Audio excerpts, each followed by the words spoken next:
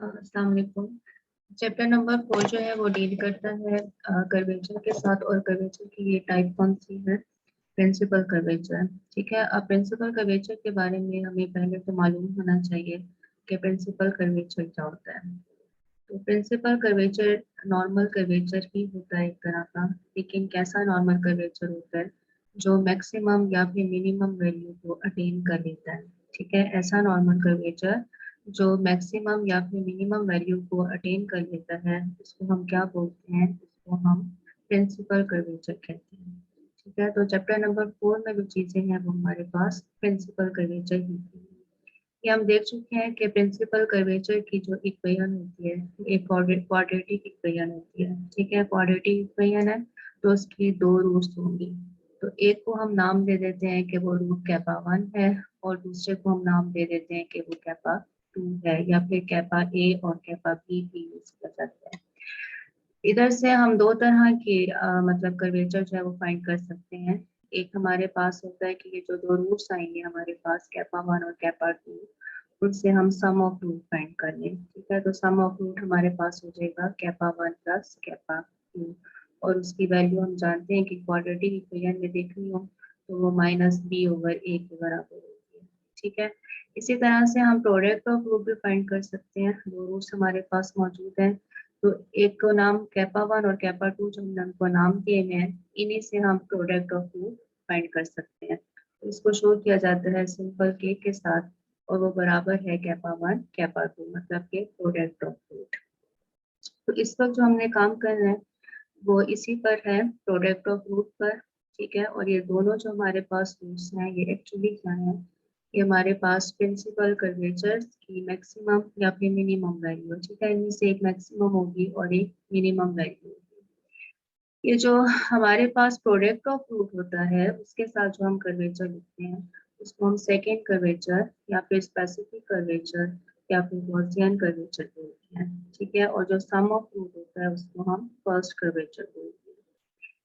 तो इसकी वैल्यू किसके बराबर होती है, क्योंकि प्रोडक्ट ऑफ रूट है वो बराबर होता है किसके, c/a के। ठीक है, तो या वहां से देख सकते हैं जो कर्वेचर की प्रिंसिपल कर्वेचर की क्वाड्रेटिक इक्वेशन है, वहां से आप देख सकेंगे कि c की वैल्यू कितनी होती है, ln माइनस m स्क्वायर, जिसको हम t स्क्वायर पे लिखते हैं। ठीक है, ये सेकेंड फंडामेंटल मैग्नीट्यूड से हमारे पास आती है, ln minus m square t square के इक्वल है।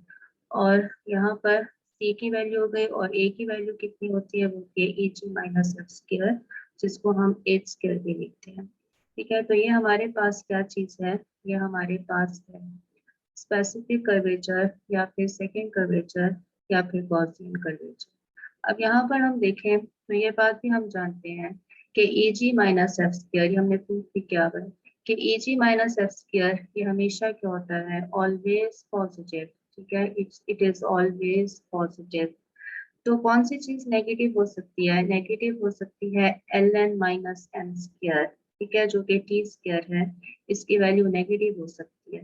ठीक है, तो स्क्वायर से ये चीज नहीं देख लेनी कि हमेशा पॉजिटिव होगा। यहाँ पर चूंकि माइनस का एम स्क्वायर आ रहा है तो हो सकता है कि यहाँ पर माइनस एम स्क्वायर की वैल्यू बड़ी हो जाए ln से, तो फिर ये हमें एक नेगेटिव वैल्यू दे देगा।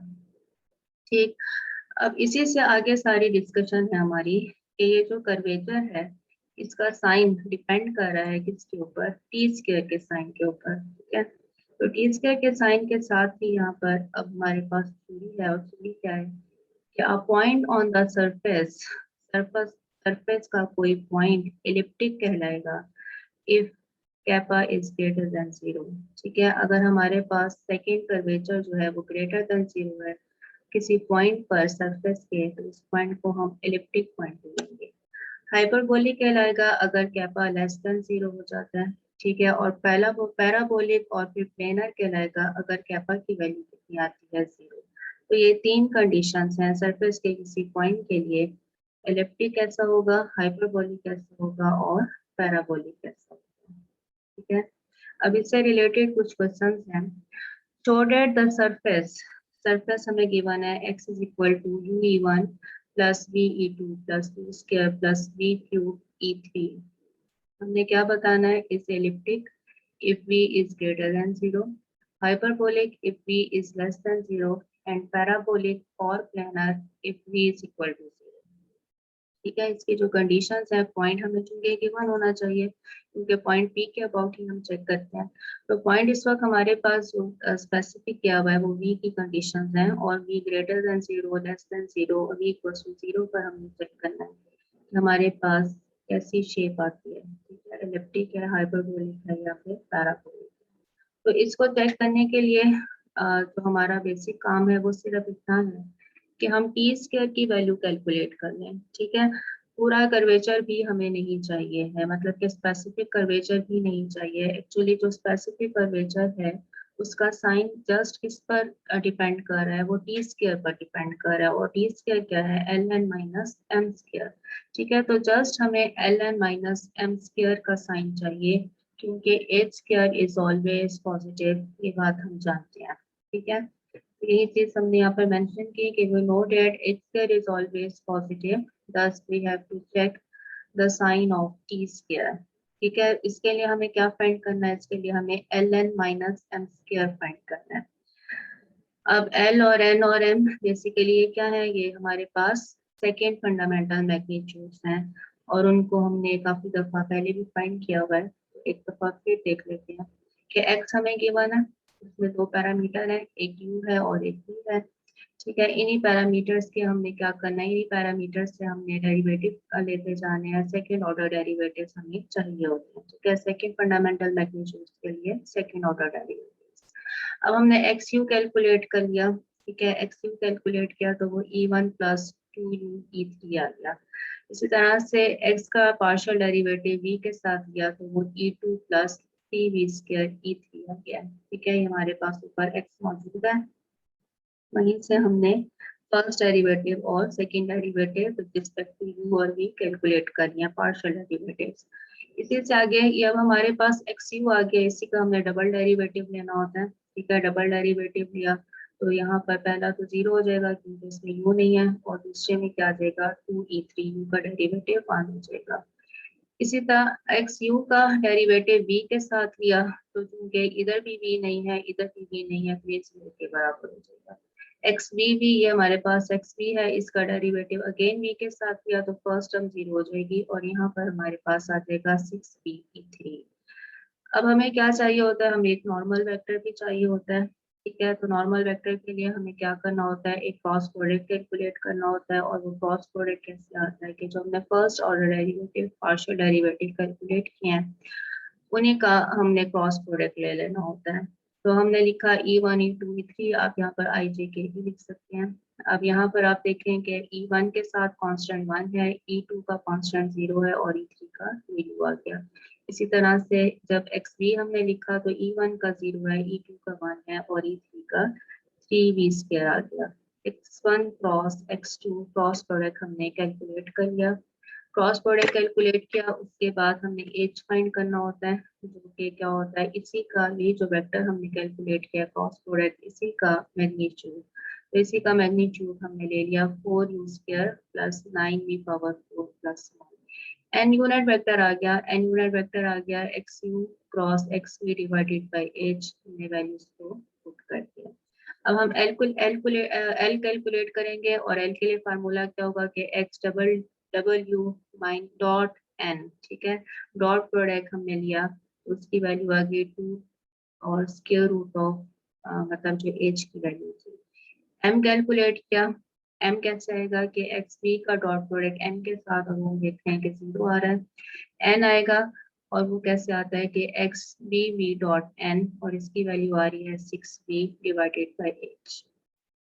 टी स्क्वायर कैलकुलेट करेंगे, L N minus M square, L N minus M square, M तो 0 है, सिर्फ एल एन हमारे पास आया 12v डिवाइडेड बाई, यहाँ पर अब एच का स्क्वायर हो जाना चाहिए। ठीक है, स्क्वायर रूट अब हमारा खत्म हो जाएगा क्योंकि ये दोनों मल्टीप्लाई हो रहे हैं। एक तो यहाँ पर हमें स्क्वायर रूट को कैंसिल कर देना था, ये इसका स्क्वायर है। बहरहाल एच तो हमारा पॉजिटिव होता है, सही है। अब जो चीज रह गई वो सिर्फ ये है कि हमने ये जो न्यूमिनेटर पर टर्म है 12b उसको चेक करना है। अगर b लेस देन 0 है, नजर ही आ रहा है हमें, ठीक है, अगर b लेस देन 0 है तो फिर टी स्क्वायर क्या हो जाएगा, लेस देन 0 हो जाएगा। ठीक, और सरफेस कैसी होगी, सरफेस हाइपरबोलिक होगी। ठीक है, टी स्क्वायर लेस देन 0 होगा तो सरफेस हाइपरबोलिक। अगर v ये वाला v जो है वो ग्रेटर देन 0 आ जाता है तो फिर पूरे टी स्क्वायर की वैल्यू पॉजिटिव आएगी। और जब पूरा टी स्क्वायर पॉजिटिव है तो सरफेस हमारे पास उस पॉइंट पर कैसी होगी, एलिप्टिक। और लास्ट क्या है कि अगर v को हम 0 पुट कर देते हैं तो फिर हमारे पास सरफेस कैसी होगी, पैराबोलिक, जिसको हम प्लैनर भी बोलते हैं। ठीक है, तो ये हमारे पास एक मेथड है क्या चीज फाइंड करने के लिए, nature of surface at a specific point. ठीक है, कोई पॉइंट हमें गिवन हो तो उस पर सरफेस की नेचर कैसी है, वो हमारे पास इसकी कंडीशन आ सकती है। इसी से रिलेटेड और सवाल है, और ये देखें थोड़ा सा इस तरह से है कि हमें इक्वेशन गिवन नहीं है, हमने खुद से लिखनी है, लेकिन इक्वेशन के बारे में हमें पता है। क्या सवाल है कि prove that all points on the tangent surface of a curve are parabolic. अब टेंजेंट की इक्वेशन, ठीक है, टेंजेंट की इक्वेशन लिखने के लिए हम चैप्टर नंबर 1 पर वापस आएंगे। ठीक, वहां पर हमने ये पढ़ा था कि फॉर टेंजेंट हमारे पास क्या होता है, कैपिटल आर बराबर होता है small R plus U T. ठीक है, ये हम पहले भी पढ़ चुके हैं, बल्कि बिल्कुल स्टार्ट में हमने पढ़ा हुआ है। कैपिटल आर पोजीशन वेक्टर है, ये किसके बराबर है, small R plus U T. ठीक है, इस आर की जगह, कैपिटल आर की जगह आप एक्स बाई टू भी लिखना चाहें लिख सकते हैं, लेकिन बाकी ये सारी टर्म्स सेम रहेंगी। अब आर, आर डिपेंड करता है किस पर, पैरामीटर एस पर। और ये जो टी है ये भी डिपेंड करता है किस पर, पैरामीटर एस पर। ठीक है, इसका मतलब है कि इक्वेशन नंबर 1 में दो पैरामीटर हैं और वो कौन से हैं, एक एस है और एक यू है। एस हमें नजर नहीं आता, लेकिन ये बात हम जानते हैं कि आर और टी ये दोनों डिपेंड करते हैं पैरामीटर एस के ऊपर। सही है, तो two parameters in equation number 1 R S and you. सही हो गया। अब हमने बताना क्या है, हमने बताना है कि किसी भी पॉइंट पर जो हमारे पास सरफेस की शेप आएगी वो कैसी आएगी, पैराबोलिक आएगी। ठीक है, पैराबोलिक मतलब कि उस पॉइंट पर कर्वेचर को, जो कौन सा कर्वेचर है, स्पेसिफिक कर्वेचर, ठीक है, उसको क्या होना चाहिए, 0 होना चाहिए। ये कंडीशन हमारे पास आनी चाहिए। तो सारा मेथड वही है, दो पैरामीटर है, पहले हमने एस के साथ कैलकुलेट किया आर एस कैलकुलेट किया तो आर डैश आ जाएगा प्लस यू टी डैश आ जाएगा। आर डैश की वैल्यू हम जानते हैं टी होती है, टी डैश की वैल्यू कैपा एन होती है। ठीक है, आर का डेरिवेटिव यू के साथ लिया, पार्शियल डेरिवेटिव टी के बराबर आ गया। आर एस एस लिया, मतलब कि जो आर एस है उसका दोबारा डेरिवेटिव, तो टी का डेरिवेटिव टी डैश हो जाएगा, कैपा एन के बराबर होता है। यू, यू में यू एक पैरामीटर है, खुद से एक पैरामीटर है, लेकिन कैपा वो भी डिपेंड करता है एस पर, और एन वो भी डिपेंड करता है एस पर। ठीक है, तो कैपा का भी डेरिवेटिव आएगा और एन का भी डेरिवेटिव आएगा, और एन का डेरिवेटिव एन डैश हम जानते हैं कि torsion B minus kappa T होता है। सॉल्व किया, हमारे पास टी एन और बी जो तीन वेक्टर्स हैं उनको हमने अलग अलग करके लिख दिया है। उसके बाद हमने आर एस यू, मतलब कि इनका जो दोनों का एक डेरिवेटिव हम इस तरह से भी कैलकुलेट करते हैं कि दोनों पैरामीटर उसके अंदर आए। उसकी वैल्यू हमारे पास टी थी आर यू की, इसका एस के साथ दिया तो कैपा एन आ गया। आर यू यू, अब यहाँ पर आर यू में टी नहीं है, ये एस का है, तो ये क्या हो जाएगा, 0 हो जाएगा। नेक्स्ट हमने क्या कैलकुलेट किया कि R S cross R U, क्योंकि हमें एक नॉर्मल वेक्टर कैलकुलेट करना होता है, R S cross R U हमने कैलकुलेट किया, तो इसकी वैल्यू आ रही है माइनस यू कैपा बी। ठीक है, एच एच बराबर हो जाएगा इसी की मैग्नीट्यूड और इसकी मैग्नीट्यूड होगी, तो बी बी वेक्टर है उसकी मैग्नीट्यूड 1 है क्योंकि नॉर्मल है, और यहाँ पर आ जाएगा यू और कैपा। एन नॉर्मल हमने कैलकुलेट कर लिया। ठीक है, एन कैपिटल लिख लिया है क्योंकि स्मॉल एन पहले से हमारे सवाल के अंदर इन्वॉल्व हो रहा है। एन वेक्टर हमने लिया और वो हो गया R S cross R U divided by H, तो इसकी वैल्यू आई माइनस बी। ठीक है, एल एम और एन हमने तीन फंडामेंटल मैग्नीट्यूड जो सेकेंड ऑर्डर की हैं वो कैलकुलेट की। ठीक है। एल बराबर होता है R S S dot N, M बराबर होगा R S U dot N और एन बराबर होगा R U U dot N. और ये दोनों जीरो आ रही है, सिर्फ एल की वैल्यू आ रही है माइनस यू कैपा टॉर्शन। ठीक है।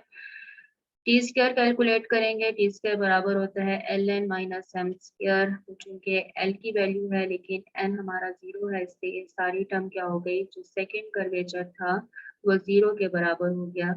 This implies that the surface is parabolic at that point। ठीक है। नेक्स्ट है, इसमें जो काम आसान था लेकिन जो याद रखने वाली बात है वो ये है कि हमें आर की ये वैल्यू लिखनी है। कैपिटल आर बराबर है small R plus U T. इसी तरह से अगर आपके पास नॉर्मल के लिए आ जाए तो वहां पर आप क्या लिखेंगे कि कैपिटल आर बराबर है आर प्लस यू एन। और अगर बाय नॉर्मल आ जाता है तो फिर आप लिखेंगे capital R is equal to R plus U B. ठीक है। तो सिर्फ ये जो वेक्टर होता है ये आपने देखना होता है कि जो चीज आपको गिवन है, टेंजेंट था तो टेंजेंट आएगा, नॉर्मल है तो नॉर्मल, और अगर बाय नॉर्मल है तो बाय नॉर्मल, बाकी सारी टर्म सेम होती है। नेक्स्ट हमारे पास है show that every point on the surface of revolution x is ft cos e1 plus ft sin e2 plus t e3 where ft is greater than 0 is a parabolic point if and only if surface is right circular cylinder f is equal to a or upon f is equal to at plus b where b is constant and a भी हमारे पास एक constant है लेकिन zero के बराबर नहीं है। तो इसमें हमें क्या बताना है कि हमारे पास एक पैराबोलिक पॉइंट है। ठीक है। मतलब कि कर्वेचर को, जो सेकंड कर्वेचर है उसकी वैल्यू हमारे पास जीरो है। ठीक है। ये हमारे पास अगर ऐसा हो जाता है तो फिर पैराबोलिक पॉइंट है। वही काम है, हमने एल एम एन कैलकुलेट करना है, टी स्क्वायर की वैल्यू कैलकुलेट करनी है। ठीक है। मेथड हमें आ गया है। एल की वैल्यू आती है minus F F double dash over H. M की वैल्यू जीरो है। एन की वैल्यू आ रही है एफ स्क्वायर ओवर एच। ठीक है। कैलकुलेशन सबके सामने है। टी आ जाता है, टी की वैल्यू आती है L N minus M square. जो वैल्यूज हमने पुट की तो ये बराबर हुआ minus F cube F double dash over H square. H square is always positive और हमें गिवन है कि एफ भी पॉजिटिव है। ठीक है। सवाल के अंदर कंडीशन गिवन है कि एफ पॉजिटिव है, एच हमेशा पॉजिटिव होता है। तो इसका क्या मतलब है, इसका मतलब है कि ये जो एफ डबल डैश है ये टर्म भी पॉजिटिव है, ये टर्म भी पॉजिटिव है। पैराबोलिक कंडीशन के लिए हमें क्या करना है, ये जो हमारा रिजल्ट आया है टी स्क्वायर इसको जीरो के बराबर पुट करेंगे। ठीक है। L N minus M square को जीरो के बराबर पुट किया तो यहाँ से हमारे पास एफ डबल डैश सिर्फ जीरो हो सकता है क्योंकि बाकी दोनों जो टर्म्स हैं एफ वो भी पॉजिटिव है और एच स्क्वायर वो भी पॉजिटिव है। तो कौन सी चीज जीरो हो सकती है, एफ डबल डैश। यहाँ से जो कंडीशंस हमें गिवन है वो हमने फाइंड करनी है कि क्या बाकी ये कंडीशंस आती हैं। एक कंडीशन है कि एफ इज इक्वल टू ए हो और दूसरी कंडीशन है कि एफ बराबर हो जाए ए टी प्लस बी। ठीक है। ये अब देखते हैं। अब देखो एफ डबल डैश जीरो है, इसका मतलब है कि एफ हमारे पास कोई कांस्टेंट होगा, ऐसा हो सकता है। ठीक है। एफ डबल डैश जीरो है तो फर्स्ट डेरिवेटिव भी कांस्टेंट हो जाए और उससे जो नीचे वाला है एफ मतलब कि वो कांस्टेंट हो तो फर्स्ट सेकंड डेरिवेटिव जीरो आ सकता है। ठीक है। ये कंडीशन फुलफिल हो रही है। दूसरी का कंडीशन है कि एफ डबल डैश जीरो है तो इसको आपने इसी तरह से करना है जैसे हम इंटीग्रेट करते हैं। डबल डेरिवेटिव जीरो है, फर्स्ट डेरिवेटिव किसी कांस्टेंट के बराबर होगा और उसके बाद हम दोबारा इंटीग्रेशन करेंगे तो एफ बराबर हो जाएगा ए टी प्लस बी। ठीक है। इंटीग्रेशन की तो ए टी प्लस बी आ गया, क्योंकि पैरामीटर जो गिवन है वो टी है इसलिए यहाँ पर हमारे पास ए टी प्लस बी आ जाएगा। तो दोनों कंडीशंस हमारे पास आ गई जो हमें रिक्वायर्ड थी। देयरफॉर बस यहीं पर हमारा सवाल खत्म होता है। पहली कंडीशन आप देखें कि एफ डबल डैश जीरो तो एफ कांस्टेंट हो सकता है। ठीक है। जरूरी नहीं है कि यहाँ पर टी इन्वॉल्व हो। सही है। और दूसरा हमने उसी मेथड से किया जैसे इंटीग्रेशन के साथ करते हैं। तो ये कुछ एक सवाल मतलब कि एक टाइप की हमारे पास क्वेश्चन थी चैप्टर नंबर 4 में जो कि डिपेंड कर रही थी सेकंड कर्वेचर के ऊपर। ठीक है। सेकंड कर्वेचर के साथ ये क्वेश्चंस की कुछ टाइप्स हैं। नेक्स्ट है कि prove that at every point on a surface there is a paraboloid such that the normal curvature of the surface at P in any direction is same as the paraboloid। क्या कहता है कि normal curvature की direction उस point P पर same होती है जैसे कि पैराबोलाइड की होती है। ठीक है, सवाल को अब ऊपर वालों से मिक्स नहीं करना। यहाँ पर नॉर्मल कर्वेचर की बात हो रही है और हमारे पास जो हमने अभी पहली टाइप जो सवालों की है, तीन सवाल किए हैं, उसमें वो क्या था कि वो प्रिंसिपल कर्वेचर था। ठीक है, प्रिंसिपल कर्वेचर से हमारे पास के आया था जो कि क्या था, स्पेसिफिक कर्वेचर जो सेकंड कर्वेचर होता है। लेकिन इस वक्त जो बात हो रही है वो नोट करें, वो किसकी हो रही है, नॉर्मल कर्वेचर की। तो हमने उधर से इसको लेकर चलना है। ठीक है, अब ये वो वाला पैराबोलाइड नहीं हमने लेना, पैराबोलिक वो वाला नहीं है जो अभी हमने पहले पढ़ा है। ठीक है, वी टेक पॉइंट पी, हमने चूंकि एक पॉइंट पी लेना है, हमने अपनी मर्जी से लिया पॉइंट पी 0 0 ओरिजिन पर मान लिया है। और जो टेंजेंट प्लेन है हम कहते हैं कि वो x1 x2 प्लेन है। ठीक है, हमने उसको स्पेसिफिक रखा है कहाँ पर, x1 x2 प्लेन पर। पॉइंट पी हमने 0 0 ले लिया। x हमने डिफाइन किया ue1 plus ve2 plus fuvE3। ठीक है, where FUV is 1/2 AU square plus 2 BUV plus CV square। ये क्या चीज है, ये जनरल फॉर्म है पैराबोलाइड की। ठीक है, ये जो इक्वेशन लिखी है ये पैराबोलाइड की जनरल फॉर्म है, 1/2 AU स्क्वायर प्लस 2 BUV और प्लस CV स्क्वायर। ठीक है, क्योंकि यहाँ पर पैराबोलाइड सवाल के अंदर है इसलिए उसकी जनरल फॉर्म लिखी है।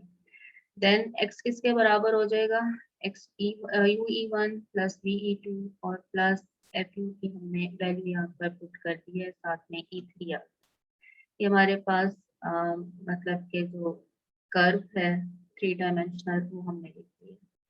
नेक्स्ट हमने क्या करना है, वही काम करना है कि XU। अब देखिए हमें नॉर्मल कर्वेचर चाहिए है, तो नॉर्मल कर्वेचर में क्या क्या चीजें होती है, नॉर्मल कर्वेचर में हम जानते हैं कि सेकंड फंडामेंटल फॉर्म ऊपर और फर्स्ट फंडामेंटल फॉर्म डिनोमिनेटर में होती है। तो इसका मतलब है कि नॉर्मल कर्वेचर अगर हमें कहा गया है फाइंड करने के लिए तो हमें क्या क्या फाइंड करना है, हमें EFG भी फाइंड करना है और LMN भी फाइंड करना है। ठीक है, तो वही सारा प्रोसेस और दफा हम पहले कर चुके हैं। लेकिन अब पॉइंट हमारा एक पॉइंट हमें गिवन है 0 0, उस पर हमें ये सारी वैल्यूज को कैलकुलेट करना है एट पॉइंट पी। ठीक है, जितने भी हम डेरिवेटिव्स फाइंड करेंगे वो पॉइंट पी 0 0 पर कैलकुलेट करेंगे।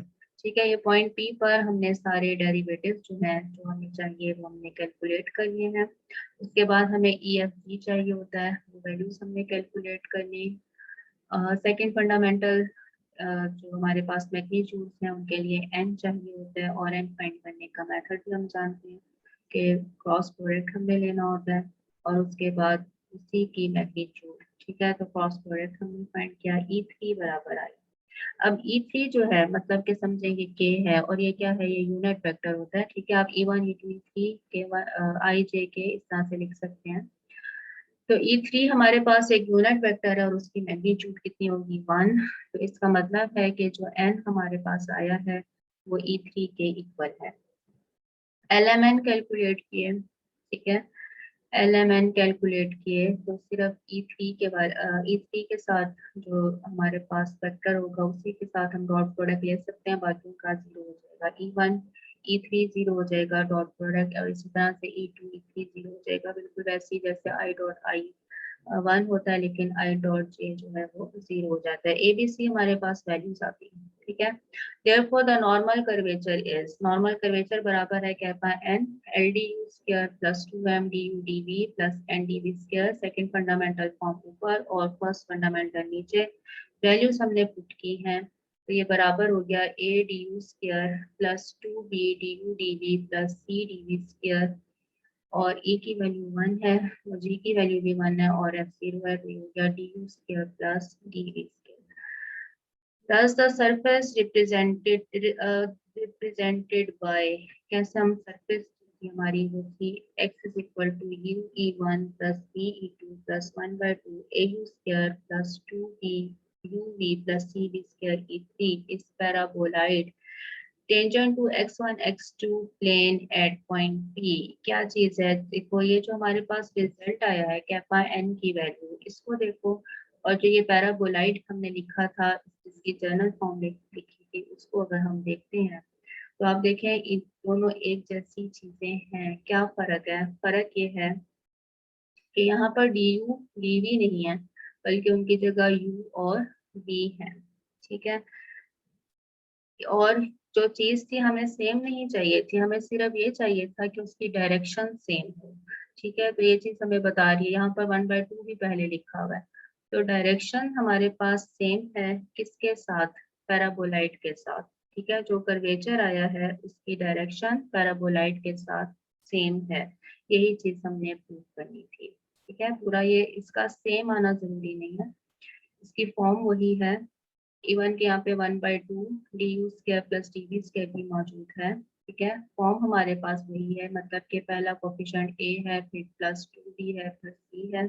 ठीक है, तो फॉर्म हमारे पास वही है, लेकिन हमारे पास डायरेक्शन सेम आनी चाहिए थी, और डायरेक्शन हम कह सकते हैं कि सेम है। ठीक, नेक्स्ट सवाल है prove that the solution to a du square plus 2b du dv plus c dv square is equal to 0 form orthogonal families of curves on a patch if and only if EC minus 2FB plus GA equals to 0। अब हमने क्या बताना है? हमने बताना ये है कि हमें ऑर्थोगोनल फैमिलीज चाहिए हैं। ठीक है, ऑर्थोगोनल, ऑर्थोगोनल का वर्ड आ रहा है, ऑर्थोगोनल फैमिलीज हमें यहाँ पर चाहिए हैं। ठीक हो गया। गिवन क्या है? गिवन है एक क्वाड्रेटिक इक्वेशन। ठीक है, क्वाड्रेटिक इक्वेशन गिवन है, और ये बात हम जानते हैं कि क्वाड्रेटिक से हम क्या कर सकते हैं? फैक्टराइजेशन कर सकते हैं। ठीक है, उसके दो फैक्टर बना सकते हैं। तो क्वाड्रेटिक के हम क्या करने लगे हैं? दो फैक्टर ही बनाने लगे हैं।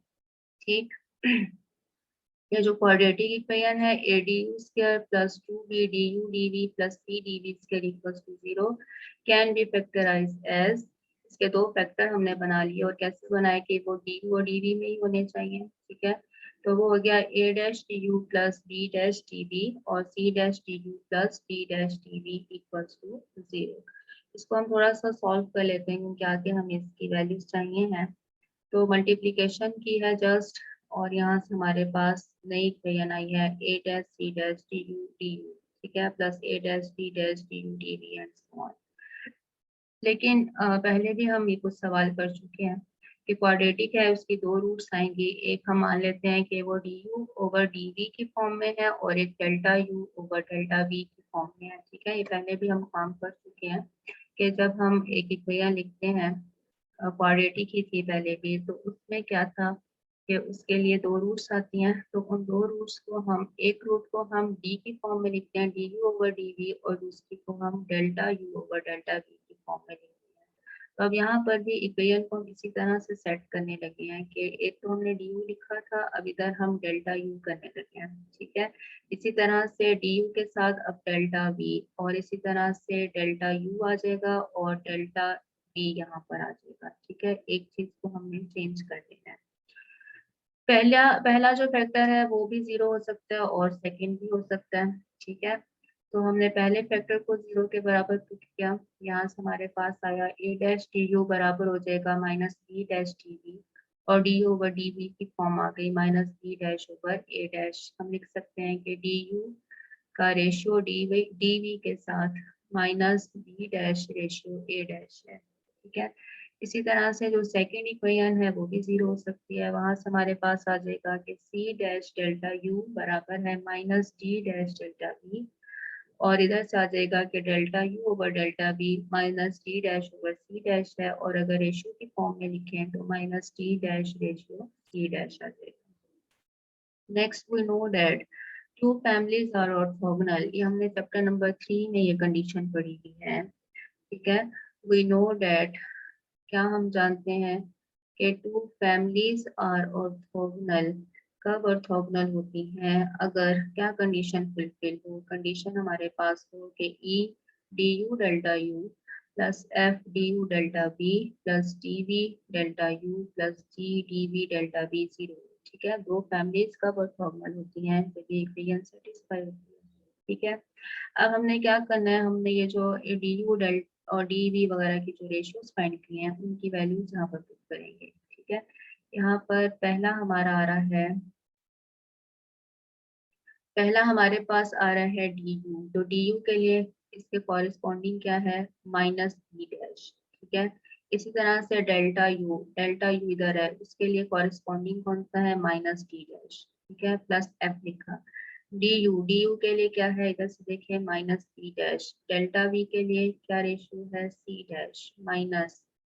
अब क्या चाहिए, डीवी के लिए क्या रेशियो है, डीवी के लिए है ए डैश। ठीक है, और डी और दूसरी किसके लिए चाहिए, डेल्टा यू के लिए, उसके लिए हमारे पास है माइनस टी डैश प्लस जी। डीवी के लिए ए डैश और डेल्टा वी के लिए सी डैश इक्वल्स टू 0। ठीक है, ये माइनस माइनस प्लस सॉल्व किया, कितनी टर्म आ गई।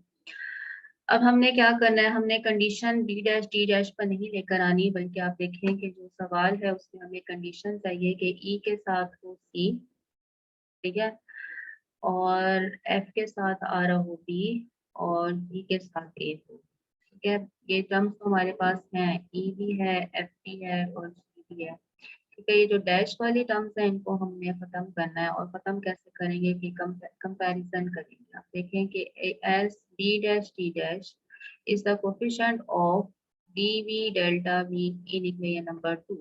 बी डैश डी डैश किसका है हमारे पास कोफिशिएंट, ये इक्वेशन नंबर 2 है, इसमें B dash D dash coefficient है किसका, डी वी और डेल्टा वी का। ठीक है, और अब इक्वेशन नंबर 1 जो हमें गिवन इक्वेशन है उसमें क्या है, गिवन इक्वेशन देखते हैं एक दफा। गिवन इक्वेशन है कि A D U square plus 2 B D U D we plus C D V square. तो ये जो डी वी स्क्वायर है इसको हम D V delta V as compare करेंगे। ठीक है, डी वी स्क्वायर को हम कैसे कंपेयर करेंगे, एक दफा डी वी लिखेंगे और एक दफा डेल्टा वी लेकर चलेंगे। तो यहाँ पर डी वी डेल्टा वी का कोफिशिएंट सी है, और यहाँ पर इक्वेशन नंबर 2 में डी वी डेल्टा वी का कोफिशिएंट कितना है, बी डैश डी डैश। तो इसका मतलब है कि इस सी को बी डैश डी डैश के बराबर होना चाहिए। तो यहाँ ऐसे ही हमने किया कि बी डैश डी डैश की जगह हमने सी लिख दिया। इसी तरह से B dash C dash plus A dash D dash की जगह क्या आएगा, माइनस 2b। ठीक है, और इसी तरह से a dash c dash compare करेंगे इक्वेशन नंबर 2 में और इक्वेशन नंबर 1 में कोफिशिएंट्स को आपस में। उधर से हमारे पास क्या आ जाएगा, k वैल्यू a के बराबर है। इस सवाल में ऑर्थोगोनैलिटी की कंडीशन वो हमें याद होनी चाहिए। नेक्स्ट है प्रोडिगियस फार्मूला। ठीक है, prove that dn is equal to minus kappa dx, dn is equal to minus kappa dx।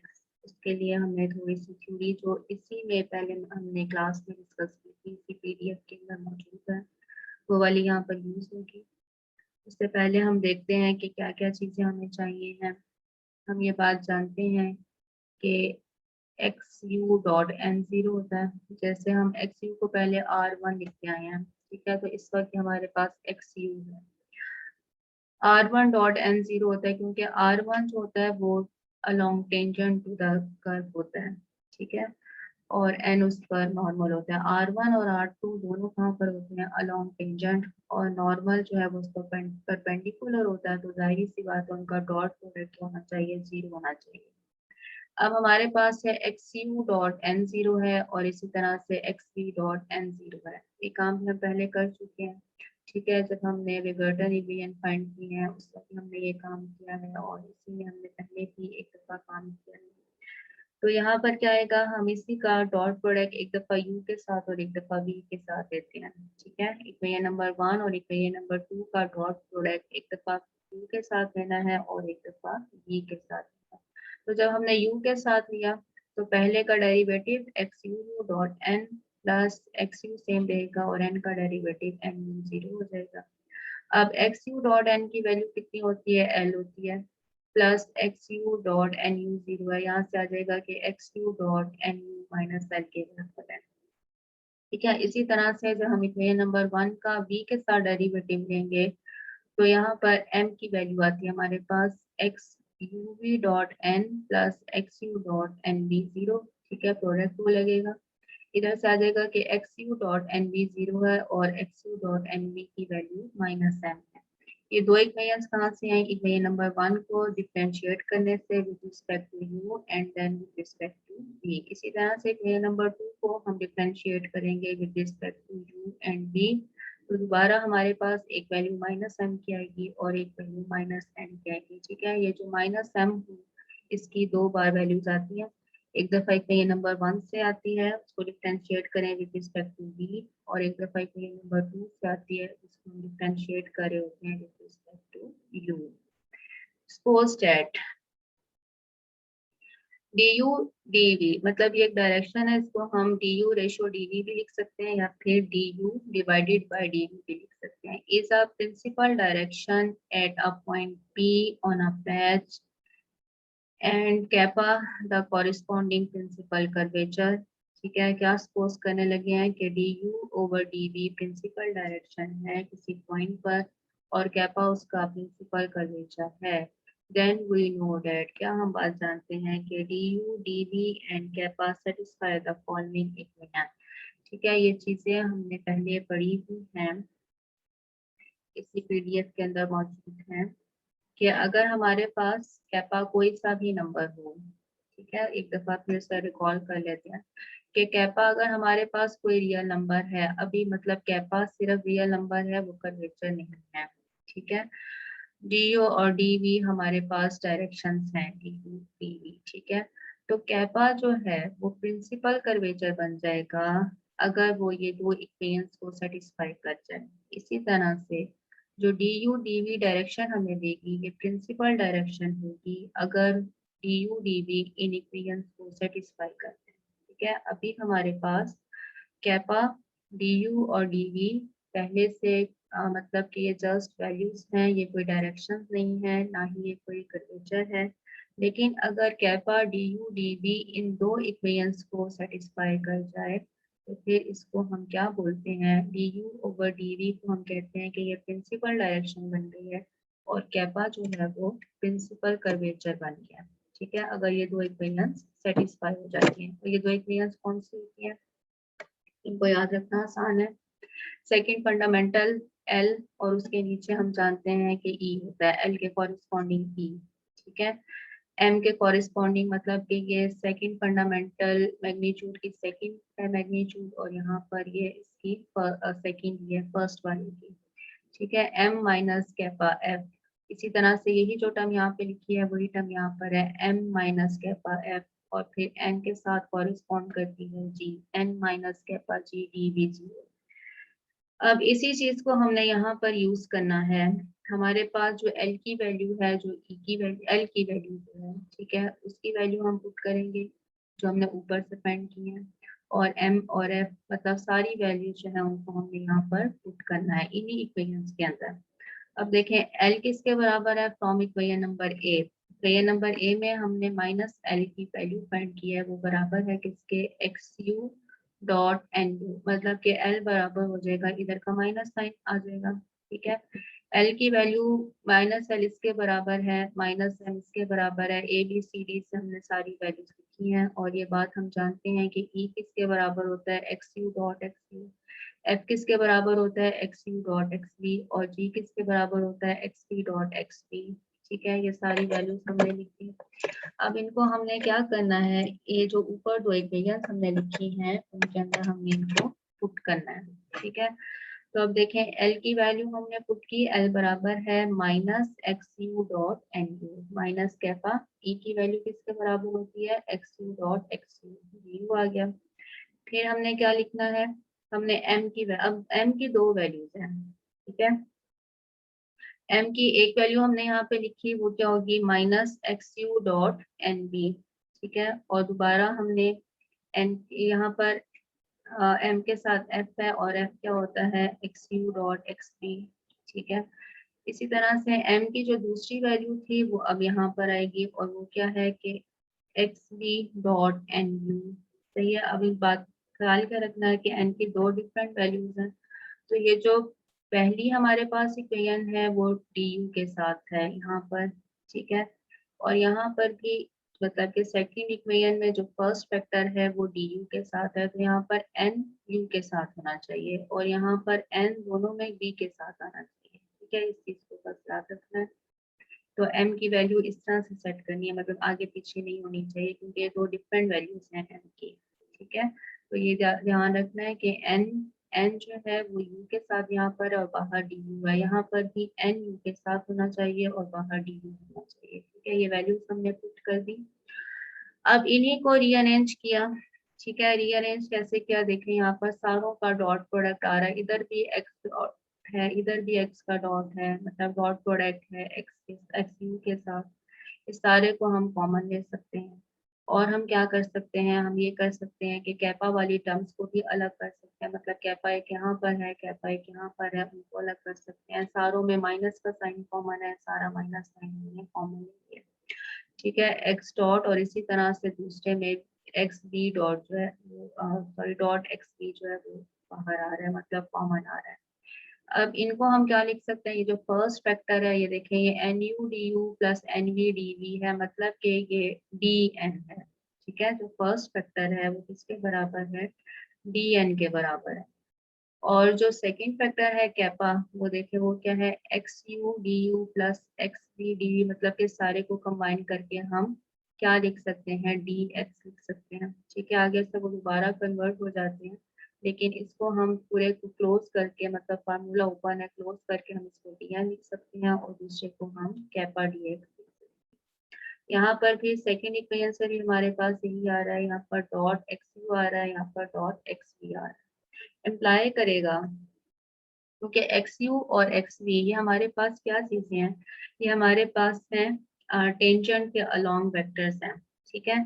तो टेंजेंट को अगर हम जीरो कर देंगे तो फिर तो कोई चीज रह नहीं जाती, ठीक है। जो कर्वेचर होता है, जो चीज हम फाइंड कर रहे होते हैं वो क्या होता है, वो टेंजेंट के अलोंग ही होता है। तो ये जो दो वेक्टर्स हैं ये टेंजेंट के अलोंग है, ये जीरो नहीं होंगे, एक्स यू भी जीरो नहीं होगा और एक्स वी भी जीरो नहीं होगा। तो क्या चीज जीरो हो सकती है, d n plus kappa d x zero हो सकता है, ठीक है। यहाँ पर प्लस का साइन आएगा, d n plus kappa d x zero हो सकता है और यहाँ से क्या आ जाएगा कि डी एन बराबर है माइनस कैपा डी एक्स, ठीक। तो ये नाम से भी याद रख लें, रोडिग्वियस फॉर्मूला है हमारे पास, डी एन बराबर है माइनस कैपा डी एक्स।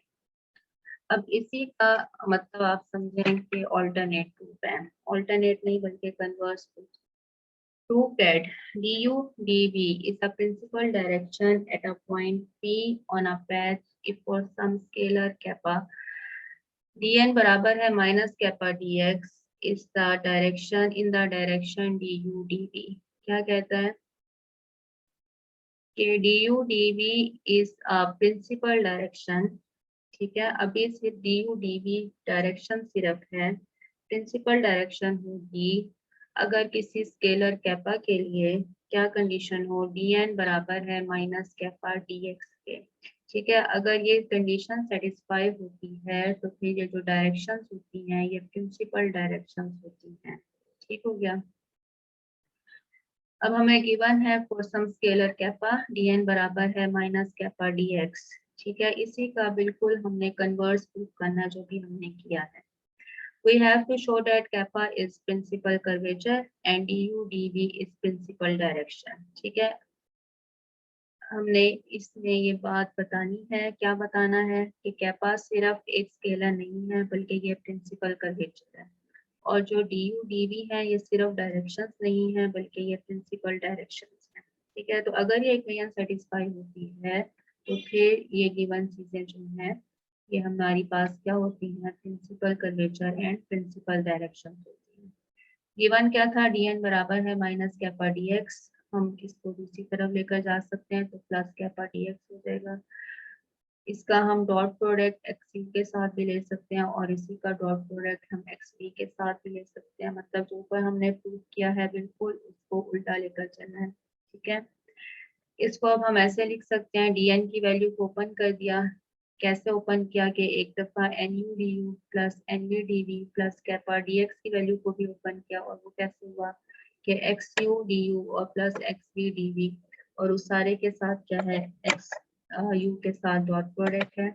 इसी तरह से एन की दोबारा वैल्यू ओपन की, वो अलग अलग इक्वेशंस हैं, उसमें भी हमने एन की वैल्यू को ओपन करके लिख दिया है। विच कैन ऑल्सो भी रिटर्न एज, कैसे लिख सकते हैं अब इनको हमने चूंकि माइनस साइन लगाना था हमारे पास, जो माइनस एल की वैल्यू आ रही थी और माइनस एन की वैल्यू आ रही थी, इसलिए हमने माइनस साइन सबके साथ लगाया है।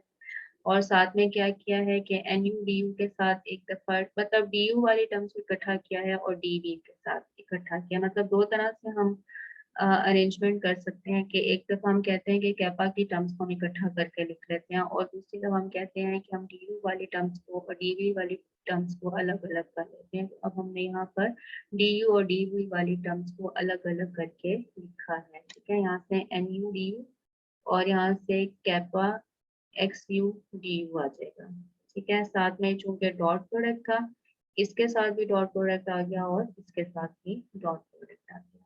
It can be written as, ये किसकी वैल्यू थी एल की, ये किसकी वैल्यू है ई की, ठीक है। ये किसकी है एम, यहाँ पर ये वैल्यू किसकी है एफ, ये वैल्यू किसकी है एम, ये वैल्यू किसकी है एफ की है, ये वैल्यू एन की है और ये वैल्यू जी की है। जब ये दो इक्वेशन सेटिस्फाई हो जाती हैं तो फिर हम कहते हैं कि कैपा प्रिंसिपल कर्वेचर है और direction d U D v principal direction है, ठीक है। ये जो सवाल है, ये जो इक्वेशन नंबर 1 है, ये लास्ट टाइम पेपर में आई हुई है, ठीक है। तो जरा अच्छे से इसको हमने तैयार करना है, थोड़ा सा भी हम इसको देख लेते हैं। नेक्स्ट हमारा काम है इसी से रिलेटेड एक और सवाल है कि if two surfaces intersect at constant angle and if the curve of intersection is a line of curvature on one of the surfaces, prove that it is a line of curvature on the other surface. दो surfaces given है, एक surface को हमने M1 का नाम दे दिया और दूसरे को M2 का नाम दे दिया। कहता है कि इंटरसेक्ट करती हैं एट अ कांस्टेंट एंगल, ठीक है, हमें गिवन है along the curve of intersection. तो हम कह देते हैं कि चूंकि ये इंटरसेक्ट करती हैं तो उनके जो प्रिंसिपल नॉर्मल्स हैं उनके दरमियान जो एंगल बन रहा है वो कांस्टेंट एंगल है, ठीक है। एक चीज यहाँ पर नोट करें, इधर कांस्टेंट लिखेंगे क्योंकि हमें जीरो नहीं गिवन है बल्कि कांस्टेंट गिवन है। कहाँ पर कांस्टेंट आएगा, n1 dot n2 is equal to zero नहीं है बल्कि ये कांस्टेंट है, ठीक है। Where n1 is the principal normal of m1 and n2 is the principal normal to m2। अभी तक हमने क्या किया है कि दो सरफेसेस लिए हैं, एक सरफेस को m1 का नाम दे दिया है और उसका जो प्रिंसिपल नॉर्मल है उसको हमने n1 कहा है। दूसरी सरफेस है उसको हमने m2 का नाम दिया है और उसका जो प्रिंसिपल नॉर्मल है उसको n2 का नाम दिया है, ठीक है। और हमें क्या गिवन है कि n1 डॉट n2 मतलब इनके दरमियान एंगल आ जाएगा कॉस अल्फा आ जाएगा, तो वो कांस्टेंट है, यहाँ पर कांस्टेंट c आना चाहिए। अब इसी का डेरिवेटिव लिया with respect to some parameter, कोई पैरामीटर होगा सरफेस के अंदर, ठीक है। तो हमने क्या कर दिया, टी के साथ उसका डेरिवेटिव ले लिया, d by d t n one dot n two, तो वो जीरो हो जाएगा। इधर से हम इसको डी एन वन मतलब के प्रोडक्ट रूल हमने इसके ऊपर अप्लाई किया। अब क्या है, रिगॉर्डियस थ्योरम जो भी हमने पढ़ा है वो क्या कहता है, वो कहता है कि ये जो उसमें एन था, एन इन्वॉल्व पूरा था, ठीक है। यहाँ पर भी एन है, तो किसी एक को चाहे तो इसको या चाहे तो डी एन टू वाले को, आप इन दोनों में से किसी को जिनके अंदर डेरिवेटिव आ रहा है उसको हम किस फॉर्म में लिख सकते हैं, minus kappa one D X by d T, ठीक है। अगर हम एन वन वाले को लिख रहे हैं तो वो minus kappa one D X by d T हो जाएगा, ठीक है। चाहो तो इसको भी लिख सकते हैं। यहाँ पर हमने क्या अज्यूम कर लिया, हमने अज्यूम कर लिया कि we assume that the curve of intersection is a line of curvature along m1। क्योंकि m1 के अलोंग अज्यूम किया है इसलिए हमने n1 का जो वेक्टर था उसको हम इस फार्मूले के साथ लिख लिया। अब इस फार्मूले को इधर पुट किया, ठीक है, dn1 ओवर dt की value minus kappa 1 dx by dt की dot n2 plus n1 dot dn2 by dt is equal to 0। अब देखो ये क्या है, dx बाई dt ये टेंजेंट होता है, ठीक है, और ये हमने क्या कहा हुआ, ये प्रिंसिपल नॉर्मल है। नॉर्मल का और टेंजेंट का डॉट प्रोडक्ट हमेशा क्या होगा, 0। तो ये टर्म क्या हो गई, 0। इक्वेशन 1 रिड्यूस हुई, n1 डॉट और आ जाएगा dn2 बाई dt, ठीक है। ये किसके बराबर है, 0 के बराबर आ गया। पहली टर्म तो वैसे 0 हो गई, टेंजेंट और नॉर्मल की वजह से डॉट प्रोडक्ट का 0 होता है। दूसरी टर्म ये आ गई n1 dot dn2 by dt is equal to 0। इस इक्वेशन ने हमें क्या बताया कि dn2 बाई dt परपेंडिकुलर है किसके, n1 के। लेकिन dn2 बाई dt n2 के भी परपेंडिकुलर है। कैसे परपेंडिकुलर है, ये बात हम जानते हैं कि नॉर्मल वेक्टर का अपने साथ, क्योंकि ये क्या होता है, ये यूनिट वेक्टर होते हैं, अपने साथ डॉट प्रोडक्ट हमेशा क्या होता है, 1। n2 is principal normal. अगर हम इसका डेरिवेटिव लेते हैं d by d t, n2 dot n2 equal to 0, तो वो क्या हो जाएगा, n2 सेम रहेगा, n2 का डेरिवेटिव आ जाएगा, फिर n2 सेम रहेगा, n2 का डेरिवेटिव आ जाएगा, मतलब ये 2 टाइम्स हो जाएगा। और दूसरी तरफ चूंकि 0 है तो ये आ जाएगा कि n2 dot dn2 by dt 0 है। ये इम्प्लाई करेगा कि dn2 बाई dt परपेंडिकुलर है किसके, n2 के।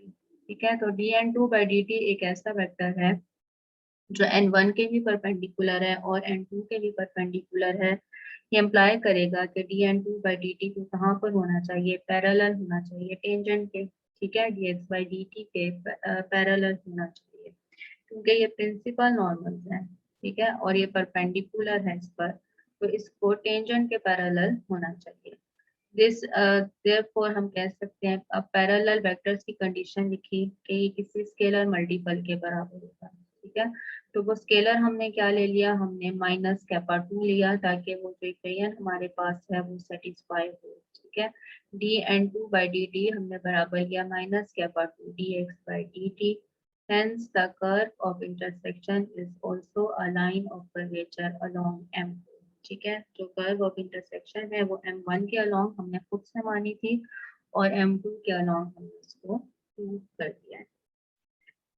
नेक्स्ट हमारे पास है कि दो डिफरेंट पैच अगर हमें गिवन हो एक सरफेस के, ठीक है, तो उनके दरमियान में हम कैसे रिलेशंस डेवलप कर सकते हैं। ठीक है, दो डिफरेंट पैच अगर हमें गिवन हो, proved that on the intersection of two coordinate patches x के हमारे पास कोऑर्डिनेट है u v और एक और है x स्टार, उसके कोऑर्डिनेट्स हैं थीटा और phi on a surface E G minus F square, मतलब कि जो एच स्केयर की वैल्यू होती है वो बराबर आती है E star G star minus F star square.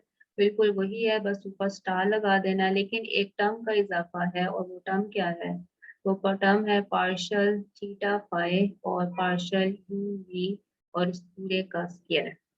ठीक है, मतलब कि हमने जो ई जी एफ जो यू वी में हम कैलकुलेट करते हैं, मतलब कि यहाँ से हमें पता चल रहा है कि एक्स में पैरामीटर दो है यू और वी, तो हम ई कैलकुलेट कर लेंगे x you dot x u. ठीक है, इसी तरह से एफ आएगा x you dot x v और जी आएगा x we dot x v. लेकिन अब हमने उनको चेन रूल लगाकर थीटा और फाई के साथ भी लिखना है और फिर बताना है कि ई जी माइनस एफ स्क्वायर की ये वैल्यू आती है, सारे स्टार है और ऊपर इसके साथ एक टर्म का इजाफा है। ठीक है, लेट टू पैचेस बी, दो पैचेस हमारे पास कौन से हैं, एक एक्स यू वी है और एक एक्स स्टार थीटा और फाई है। Then the parametric transformation theta is equal to theta uv and phi is equal to phi uv maps the vector du dv into d theta d phi given by the relation। क्या relation हम दे रहे हैं कि d theta बराबर है theta u du, ठीक है, plus theta v d, और इसी तरह से जो d फाई है वो बराबर है फाई u du और प्लस फाई v d। उसके बाद हमारा काम यह है कि ई किसके बराबर होता है, x you dot x u, F बराबर होता है x you dot x you, ये बातें हम जानते हैं। हमने यहाँ पर अब एक्स यू की वैल्यू को इन टर्म्स ऑफ थीटा और फाई, मतलब कि थीटा और फाई इन्वॉल्व हो रहे हैं, तो उनके साथ इसको हमने लेकर चलना है। तो एक्स यू बराबर होगा, अब किसके बराबर होगा, थीटा आ रहा है, फाई भी आ रहा है, ठीक है। तो इसको हम लिखेंगे D X by D theta, D theta by D you, और इसी तरह से D X by D phi by D U. अब D X by D theta को हम क्या लिखेंगे, एक्स स्टार, क्योंकि थीटा वाली जो टर्म्स है वो स्टार के साथ है, एक्स स्टार थीटा, और D theta by D you क्या होगा, ये हो जाएगा थीटा ऑफ यू। इसी तरह से हो जाएगा x star phi, phi of u, ठीक है। इसी तरह से एक्स वी कैलकुलेट किया, वो आ जाएगा x star theta, theta v plus x star phi, phi v, ठीक है। ये सारे पार्शियल डेरिवेटिव्स हैं। ई की वैल्यू आ गई, ई की वैल्यू फाइंड करेंगे x you dot x u, ठीक है। पहले हमने एक्स और बी कैलकुलेट कर लिया, एक्स यू और एक्स बी, और फिर हम ई एफ बी कैलकुलेट करते हैं, ठीक है। तो ई की वैल्यू में x dot x you dot x you, अब एक्स यू की ये वैल्यू है, ठीक है, इसी का डॉट प्रोडक्ट अपने ही साथ है। तो अब आप देखें कि ये वेक्टर है x star theta dot x star theta, ठीक है, और ये आ जाएगा थीटा यू का स्क्वायर, प्लस ये जो 2 टाइम्स बनेगा, जो मिक्स डेरिवेटिव है हमारे पास, और पाई वाला है उसके साथ पाई यू का स्क्वायर आ जाएगा। ये किसकी वैल्यू होगी, ये होगी ई स्टार की, ठीक है। जो ई वैल्यू है वो यू के साथ हमने लिखी है, यू वी के साथ है, वो ई एफ जी है, और जो थीटा पाई के साथ है वो स्टार के साथ है। तो दोनों डेरिवेटिव हमारे पास सेम, मतलब एक ही पैरामीटर के साथ है। ये हो जाएगा ई स्टार, ये हो जाएगा एफ स्टार, और ये हो जाएगा जी स्टार। तो ई अब इसके बराबर है। इसी तरह से हमने अब एफ फाइंड किया और जी फाइंड किया, ठीक है। ऊपर बेसिक काम था कि हम एक्स यू और एक्स वी पहले फाइंड कर लिए, जो हमने फाइंड कर लिए हैं। आगे हमने उनके डॉट प्रोडक्ट लेकर लिखने हैं। नाउ हमने कैलकुलेट करना है ई जी माइनस एफ स्क्वायर, बहुत लंबी कैलकुलेशन है उसमें। अब एफ का देखें, एफ हमारे पास 4 वैल्यूज के साथ है, 1 2 3 और 4, उसका स्क्वायर ओपन करना है, ई और जी को मल्टीप्लाई करना है। तो इतना लंबा काम, बहुत ज्यादा लंबा काम है।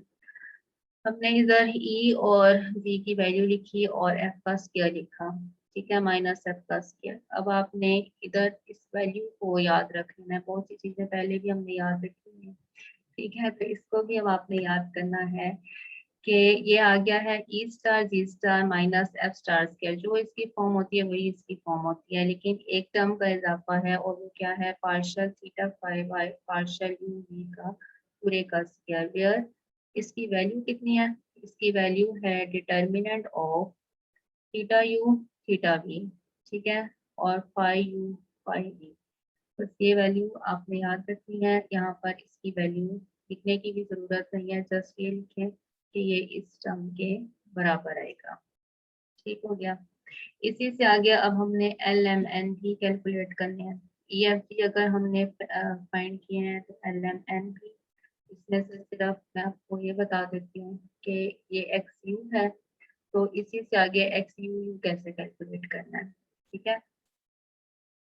इन्हीं के आगे दोबारा डेरिवेटिव है, एक्स यू हमारे पास मौजूद है, इसी का आगे से हमने क्या करना है, एक्स यू यू, ठीक है। वो कैसे आएगा, इसके अंदर हमारे पास क्या चीज हो सकती है, इसके मतलब कि इसका डेरिवेटिव जब हम यू के साथ लेंगे, तो उसमें थीटा और फाई दोनों हो सकते हैं, ये दोनों चीजें हमने लिखनी है। मतलब कि एक्स स्टार कैसे आएगा, पहले तो हम इसका D by D you calculate करेंगे एक्स स्टार थीटा का, और थीटा यू सेम रहेगा, फिर एक्स स्टार थीटा सेम रहेगा, और इसका डेरिवेटिव यू के साथ, तो वो थीटा यू यू बन जाएगा।